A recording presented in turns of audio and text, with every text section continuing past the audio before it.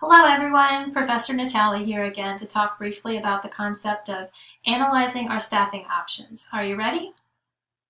Last week we evaluated the steps in the workforce planning process, the supply analysis, demand analysis, gap analysis, and solution analysis. The learning material also covered how other HR and business functions such as training, development, compensation, etc. are connected to our workforce plans. This week we look at the value of talent acquisition and our options for staffing. The largest chunk of a company's budget is typically consumed by labor costs. Even inventory of materials and goods may not amount to as much as the labor to make them and sell them. It's not unusual for labor to be about 70% of a company's operating budget. Yet, we cannot do anything without people, right? What we spend and how well we keep our human resources supply intact affects productivity, quality, customer service, sales, revenue, and profit. Pretty much everything. So open jobs are estimated to cost companies $13 billion with a B, billion dollars every month in lost revenue. So it's important for us to get those positions filled. The role of HR in getting the right skills and people on board at the right time is critical to an organization's success. So, what are our recruiting options? The traditional way of recruiting is to look a bit inside the company and mostly outside the company in order to add the headcount. We take the job description, create a job posting, post it on job boards, our website, and social media, then we wait for candidates to apply, right? Recruiters also do what is called sourcing, which we touched upon in the first week. Sourcing is determining where to find the candidates we need. Okay, so sourcing is where are they, recruiting is actually going after them.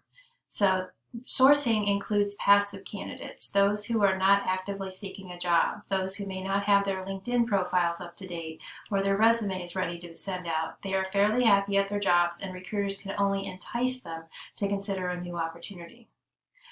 Another option we have is to engage an RPO, a recruitment process outsourcing company, again, that we talked about in week 1. And they specialize in hiring, and they do so for many companies. They've developed economies of scale, so to speak, and have larger pools of all kinds of candidates, along with smooth technological processes to speed up the time to hire.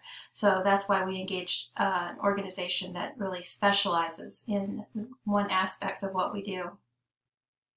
We may also go to the temp route, where we hire some contingent workers from a staffing company, either on a short-term basis until we can fill the regular role, on a temp-to-hire basis if the person fits what we need, or on a long-term basis when we're not able to find the total package we're looking for.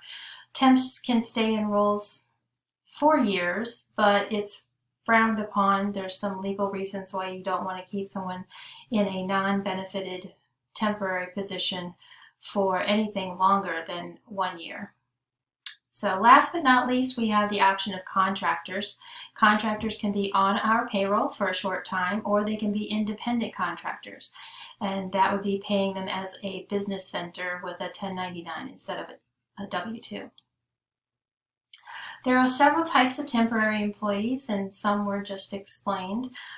Leased workers are those who are placed on the payroll of a professional employer organization. The PEO is the employer of record, and they pay the taxes, insurance, workers' comp, unemployment, and they offer any benefits that the workers might get.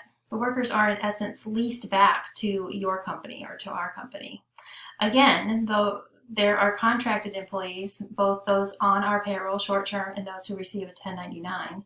The temp-to-hire workers we know about, and we may also use temps on a per diem basis, again, either from a staffing company or on our payroll, and this is common in medical settings. So when should we look to temps to fill the gaps? Well, the first one is in a tight labor market, which we were in before the pandemic. We may not have any choice in a tight labor market. We can't find the people we need. Full-time worker options may not be available. So we also look to temps when our business needs are changing. Maybe we're waiting on a new contract or we acquired new business but aren't sure how many people we'll need long-term. So this is a good time to hire temps to get us through that period. Temps are also a good way to fill in for the ebbs and flows in business, the spikes or situations created by an influx of orders, like holiday purchases, for example. But why do people even want to temp? Some do it by choice, and some do it by necessity. It's not an uncommon choice when a person is in between jobs and looking to get a foot in the door to a full-time position. Some people simply like the flexibility of working for a while and taking some time off, or making the choice on where to work in the first place. And there are demographic shifts of both the work to be done and the people. Military families relocate, older workers look to make some extra money for retirement, etc. Alrighty, so assignments for the week included discussion on skills gaps. You'll share an example along with how the workforce plan could be used to fill the gaps that an organization could prevent it in the first place. You also have the exciting opportunity to put together your first assignment, which is a recruitment strategy PowerPoint.